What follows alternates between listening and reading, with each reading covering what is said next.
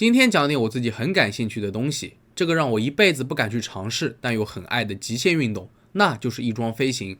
每次在网上看到翼装飞行者们的第一视角，都能清楚地感受到自己肾上腺素的飙升。是的，光看就行，不用去体验，因为它实在是太危险，难度太高了。截止到2012年，全世界就只有不到600人敢于尝试这一冒险运动。如果哪一天我可以重生的话，那一定会去体验一把，因为没2条命还真不敢尝试。就在前2年，一名年轻的女大学生在张家界天门山挑战翼装飞行，不幸发生了意外。此事一出，这项小众的极限运动才进入到人们的视野。有人赞叹她勇于冒险的精神，但也有人认为不做就不会死。抛开这些争议，翼装飞行其实是一项最接近死亡的极限运动，死亡率一度超过30%。那为何还会吸引这么多人去冒险呢？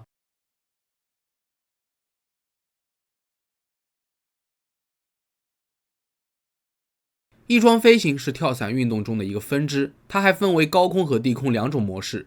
前者高空翼装飞行是从飞机上跳伞，携带2个降落伞，然后到差不多1000米高的时候就准备着陆。通常来说，这种情况下的安全系数还是可以的。相反，低空翼装飞行 base jumping 也被称作为 base 跳。base 这4个字母分别代表了 building 楼房、Atanian 天线、Span 桥梁、Earth 地球。当飞行者身穿翼装从这些地方跳下去，飞行速度至少在每小时100公里，最高可达200公里。最后在距离地面100-200米的地方才打开降落伞，惊险程度可见一斑。这考验的可不只是飞行者们的勇气，最重要的是飞行全程都需要飞行者根据风流摆动身体，控制飞行的速度和方向，才能避免自己碰撞的同时越飞越高，真正体验到飞翔的感觉。在这过程中，哪怕有一个下意识的小动作，都可能使飞行者偏离。如此高难度，难怪会被称为世界上最疯狂、最危险的极限运动，没有之一。当然，翼装飞行也不是胆子大就能做到的，比起普通跳伞，它复杂得多。光是训练，美国降落伞协会就要求任何跳伞者在完成翼装第一跳课程和进行翼装飞行之前，至少有过200次自由落体跳伞的经验。另外，翼装制造商会提供培训课程和认证教练，必须达到规定的最低跳跃次数才能购买翼装，这些都需要耗费大量的时间、精力和财力，所以这是一项极其小众的极限运动。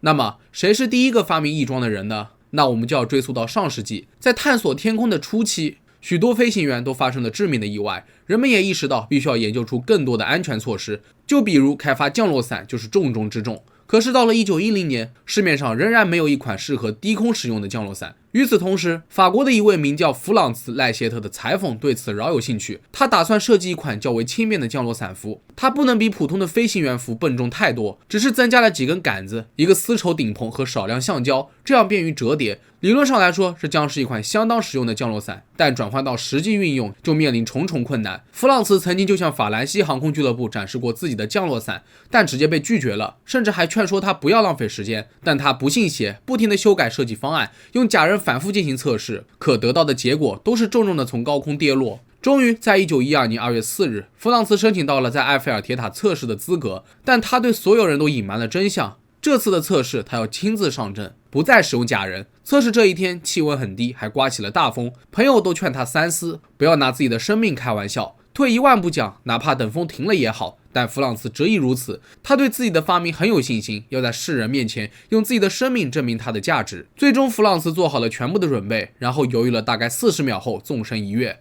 然而大家最担心的事情还是发生了，降落伞只打开了一半就重新折叠了起来，只见弗朗茨一头撞在了地上。据目击者透露，弗朗茨死的时候眼睛瞪得很大，好像根本就不敢相信自己会测试失败。不过也正因为他的设计，启发了后续翼装的发展。20世纪80年代，一个叫做乔瓦尼·卡塔的意大利裔美国飞行员进行了多次定点跳伞运动，他被称为鸟人。最著名的一次是在1986年，他使用便携式坡道，骑着摩托车从加州的 Forest Hill 大桥跳下，然后打开降落伞降落，而摩托车则在下面的峡谷当中被摔得粉碎。在多次定点跳伞的实践中，他设计出了蝙蝠翼。到了20世纪90年代中期，一个叫做帕特里克·德加亚登的法国人在乔瓦尼的蝙蝠翼设计基础上进行改编，形成了现代翼装的雏形。而在1999年，翼装飞行才真正进入商业时代。来自芬兰的亚里·奥库斯马和克罗地亚的罗伯特·佩奇尼克联手打造了一款安全且可供所有跳伞者使用的翼装。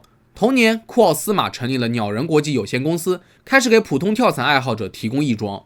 虽然现代的翼装看似已经设计得非常成熟，但它的持续发展并不会降低这项运动的死亡率。从古至今，无论是初出茅庐的新手，还是技艺高超的老手，都不能100%征服这项运动。下面的几个事故案例就能清楚地展现出这项运动的恐怖之处。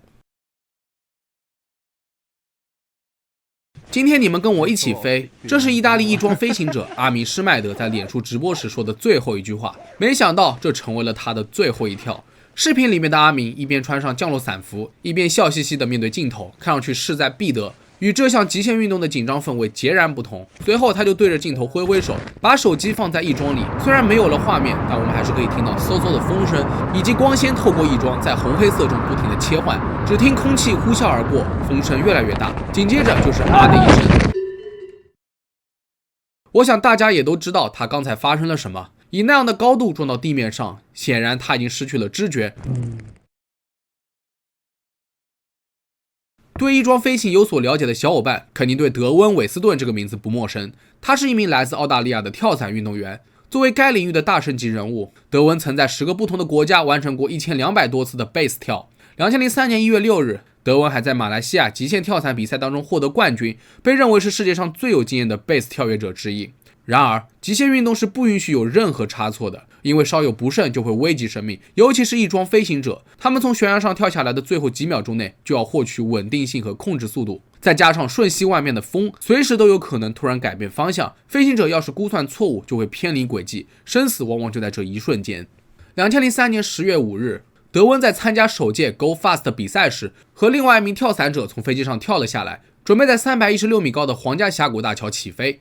这座架在科罗拉多河上的大桥是世界上最高的吊桥，那里的峡谷异常的狭窄，风又大，也是世界上最惊险的蹦极之地。德温穿着翼装，他的布料从手臂以下延展到身体，而双腿之间的布料更多，这样下来他能够很好的抓住空气，在气流当中滑行并控制轨迹。而跳下飞机之前，德温还对另外一名跳伞者说，什么事情都有可能发生。没想到这句话竟成为了他的遗言。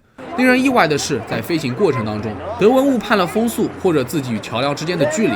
当他以每小时160公里的速度飞行时，不慎撞到了桥上的栏杆，一切都发生得太快了。紧接着，德温的身体径直摔向离谷底大约90米的岩石上，当场死亡。作为世界冠军级别的德温，是最早将杂技元素融入跳伞运动当中的人，也是各种跳伞技术的先驱。这样一位大神的陨落，在极限运动的圈子里面引发了不小的轰动。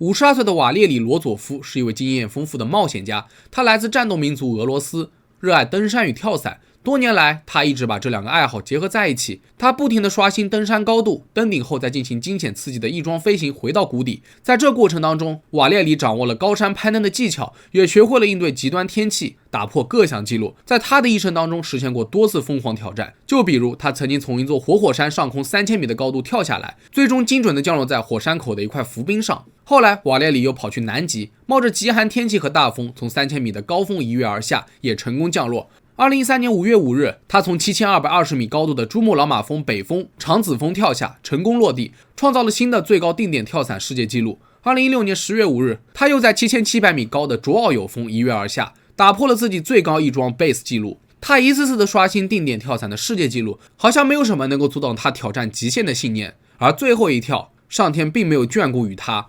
2017年11月11日，在尼泊尔东部喜马拉雅山脉的达布拉姆山，瓦列里花费了3个星期才成功登顶。这次的挑战就是在6812米的高度进行翼装飞行，可意外发生了，瓦列里撞到了山的另外一侧，坠崖而亡。这在极限运动的圈子里面引起了很大的轰动。令人唏嘘的是，不论是谁，在大自然面前都有可能发生失误，而在这个领域，失误就等于死亡。作为一名令人敬佩的冒险家，瓦列里一直致力于创造职业生涯的新高度。来自世界各地的冒险爱好者都哀悼他的去世，只能祝愿他来世可以飞得更高更远。看到这里，各位觉得翼装飞行被称为世界上最致命的极限运动，是否当之无愧呢？对于我们普通人来说，有时候确实很难理解这类高危极限运动的意义。先不说入行需要做多少准备，即使你完全具备了经验、技巧、装备和信心，可当你真正跳下去的那一瞬间，死神就已经对你虎视眈眈了。出现任何意外，几乎就是死路一条。而对于冒险家们来说，他们并不愿意屈服，只想要追求最纯粹的飞翔。所以这项极限运动的美，只有他们能够真正看见。虽然每次都要游走在生与死的边缘，但这才是他们想要的生活。我想这其中的危险性他们也清楚得很，但还是愿意与上天博弈。如果有一天运气耗尽，也许会平淡地接受死亡。所以我们都应该尊重这些极限运动的爱好者，而翼装飞行这项运动更应该被敬畏。那好了，本期视频到这里就结束了。你们有什么喜欢的极限运动，可以在评论区下方留言。如果觉得视频做得还不错的话，也别忘了点赞、收藏和投币。我是郑郑，咱们下期视频再见吧。